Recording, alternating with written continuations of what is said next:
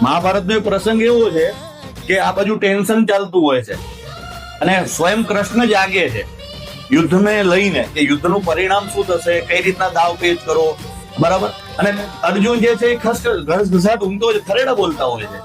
એટલે કૃષ્ણ વિચારતા વિચારતા કે લાવ અર્જુન જોડે જવું.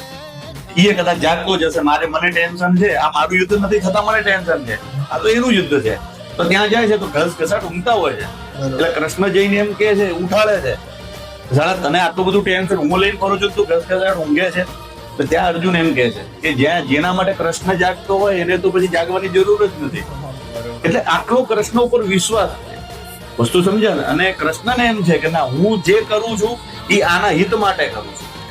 અને અર્જુનને ખબર છે કે જે કરશે એ મારા હિત માટે. આવું બંને ઉપર જે દિવસે જેને વિશ્વાસ આવી ગયો એ બંનેની મિત્રતા કૃષ્ણ અર્જુન અથવા કૃષ્ણ સુદામા કરતા પણ ગાઢ ગણાશે અને ઇતિહાસ એને અંકિત કરશે જો આવા બંને થશે તો. એટલે બંનેમાંથી એક કૃષ્ણ અથવા અર્જુન બનવું પડે.